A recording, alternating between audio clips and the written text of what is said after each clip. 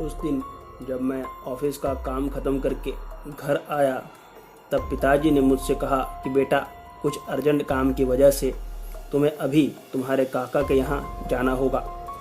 मैं तो ये सुनते ही खुश हो गया क्योंकि मुझे लॉन्ग ड्राइव करने का बहुत शौक़ है।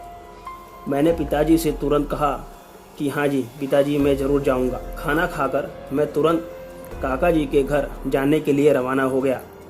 करीब 9 बजे के आसपास मैं घर से निकला था। काका के घर पहुंचकर काम निपटा कर मैं वापस घर आने के लिए रवाना हो गया। क्योंकि मेरे पास छुट्टी नहीं थी इसलिए मैं काका के घर रुक नहीं सकता था।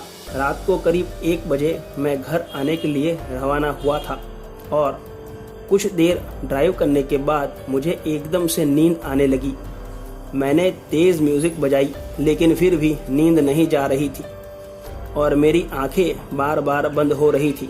तो मैंने कार को सर्विस रोड पर खड़ी कर दिया और मैं कार से निकलकर सिगरेट पीने लगा जिससे मेरी नींद चली जाए और मैं ड्राइव कर सकूं।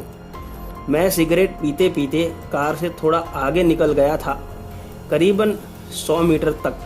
तभी बड़ी ज़ोर से किसी चीज़ की टकराने की आवाज़ आई और मैंने जैसे ही पीछे मुड़ के देखा तो एक बाइक मेरी कार से ज़ोर से टकराई और बाइक राइडर रोड पर जाकर के गिर गया था। मैं तुरंत वहां से दौड़ा और उस बाइक सवार को उठाने के लिए गया, लेकिन तभी मेरी नज़रों के सामने वो आदमी अचानक गायब हो गया और मैं एकदम से रुक गया कि वो आदमी अचानक गायब कहाँ हो गया। फिर मैं तुरंत कार के पास दौड़ा जहाँ मेरी कार के पीछे उसकी बाइक टकराई थी, लेकिन वहाँ कोई बाइक भी नहीं थी। लेकिन मेरी कार में कुछ टकराने का निशान ज़रूर था। मैंने 2-3 बार आवाज़ भी लगाई लेकिन मुझे कोई जवाब नहीं मिला, सिर्फ मेरी आवाज़ सुनाई दे रही थी। मैं कुछ समझ नहीं पाया और मेरी नींद तो वैसे भी उड़ चुकी थी। तो मैंने कार स्टार्ट की और घर के लिए निकल पड़ा।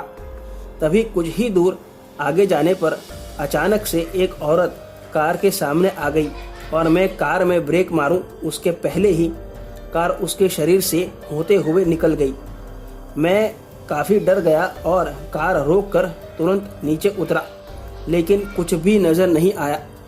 वो औरत भी वहाँ नहीं मिली, लेकिन कभी किसी के रोने की तो कभी हंसने की आवाज़ें आने लगी। अब मैं काफ़ी डर गया था और मैंने कार वहाँ से तेज़ भगाई और करीबन आधे घंटे बाद एक ढाबे पर रोकी और कुछ ट्रक ड्राइवरों के पास जाकर के बैठ गया। मेरी शक्ल देख करके चाय देते हुए ढाबे वाले ने मुझसे पूछा कि क्या बात है सर, कुछ परेशान लग रहे हैं। तब मैंने उन लोगों को सारी घटना बता दी। तब उन्होंने सिर्फ इतना ही कहा कि भाई साहब आपका नसीब अच्छा था जो आप बच गए, वरना ऐसे ही छलावों में लोग फंस जाते हैं और अपनी जान गंवा देते हैं। मेरी आगे जाने की हिम्मत नहीं हुई और मैं सवेरा होने तक वहीं रुक गया। तो दोस्तों आज की कहानी में बस इतना ही।